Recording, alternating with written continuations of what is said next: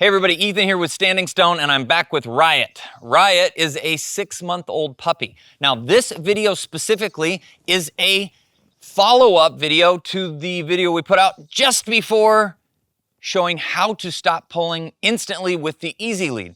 I kind of set a timer of you can get your dog to stop pulling and walk nicely on leash in less than 10 minutes, and I think that we crushed it. Somewhere in the vicinity of 3.5, 4 minutes, he was stopped pulling and we're making laps around the front yard. Okay, we're here again. This is literally his second session with the Easy Lead. I want to show you, he's got a few distractions out here, but he's definitely not good at leash manners at this point, okay? Now, a couple things you may be thinking right now is, first of all, wow, that's a pretty dog. Second of all, you might be going, dang, Ethan, that's a really nice hat. I know, thank you, I designed it myself. But all of the stuff that you see in our videos, if you're looking for training equipment or merchandise, can be found at standingstonesupply.com. That's our supply store. We fulfill it. It's all here on the property, and we'll beat Amazon in their shipping. Okay, done with the ad portion. I want to go on to starting a session with him to demo. Second session with the Easy Lead. We're going to loop this around his neck. He's going to go through. If you want to see tighter how to do this, it's in the other video, but we're going to make this figure 8. It goes over his muzzle here. And we're going to start our walking. Now, in the previous video, I said, you don't just go off and start walking. No, you do not.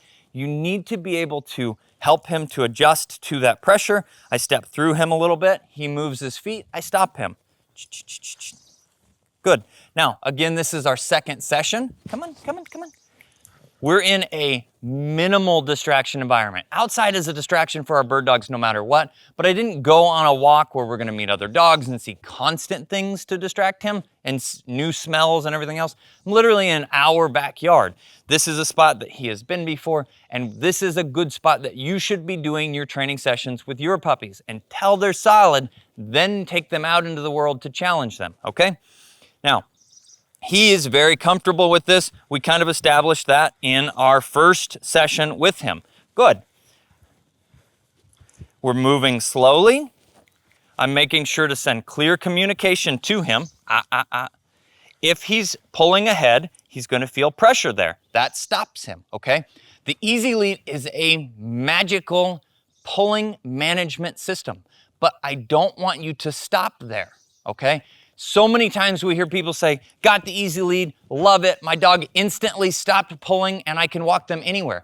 All right, that's step, well, it's technically step 2. I'm gonna show you step 1 here in just a minute, but it's step 2 of the process of ultimately developing a dog that can heel completely loose leash and be reliable at that. But where most people end up stopping, or we hear from folks, is he's no longer pulling on leash. I love this. I walk my dog all the time now, and he can reliably walk with me. Mind you, this is the second session, Riot. So there's loose lead here.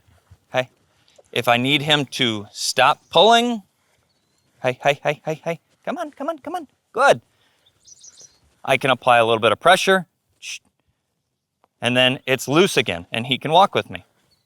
Good. Any of this that you see, him pawing at his muzzle, any of that stuff, we just do some small little tugs, but that's all the more pressure. Good, come on. Good. We're getting close, but we're not 100% there, and we shouldn't be in our second session. Good. So I want to show you, I just mentioned this is step 2. I want to show you step 1, kind of what that looks like for Riot.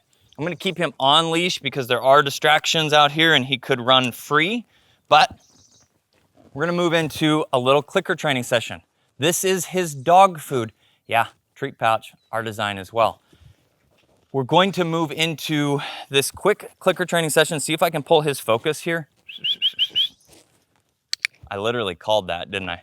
This little grass clumpy is gonna be a distraction for him. Let's see if I can get rid of it. Nah, it was still a distraction. Okay, good. A few warm-up reps, and then this is step 1. Hey.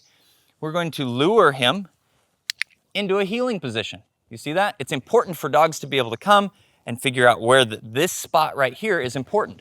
We'll do reps like this, and then we can start walking, okay? I'm clicking to mark and end the behavior. We show this in all of our developmental videos, but it's important just to touch on. The clicker marks and ends the behavior. So I want him to walk by my side a little bit. Hey. Good. Few more distractions out here. Good. So we're going to reward more often. And you didn't even eat it. There it is. Good. But he can heel. Does that mean that he can walk loose leash? No. But is he starting to understand heel means to swing into this heeling position? Yes. So that is step one. We do this inside as one of our training behaviors. Heel. And then I'm going to swing around so you guys can actually see him. Good. Riot. Heel. Good boy.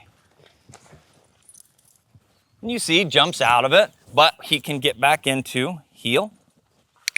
Good boy. Yeah, that's good. Heel. I want to also point out my footwork. Good. I am moving a step or two backward and then forward, and that momentum, that little two-step dance, can then be moved away from. You can just do a slight lean back, just a half step back, not 2 steps back, things like that. But ultimately, we're teaching the heeling behavior first and the cue, heel, to get here. Then we move into what I described just a second ago as step 2. That's where we're going to slip this lead back on. Figure 8 here. Up over his muzzle. And then this, like I said, becomes a pulling management system. It allows you to develop good behaviors. You don't pull on leash. You walk by our side. We have control without getting our arms ripped off, okay? It's important as an individual, if you have one dog at home, to be able to do stuff like this. It's almost more important, hey, as a professional, okay? We may heel 6, 8, 10, 12 dogs a day. And if you're constantly fighting and getting your arms ripped off, it's hard. It's hard on your body. It wears you out. This makes life so much easier. We can develop good behaviors here, and he's not 100% ready yet. I want him to be confidently walking all over the place. He's getting very close.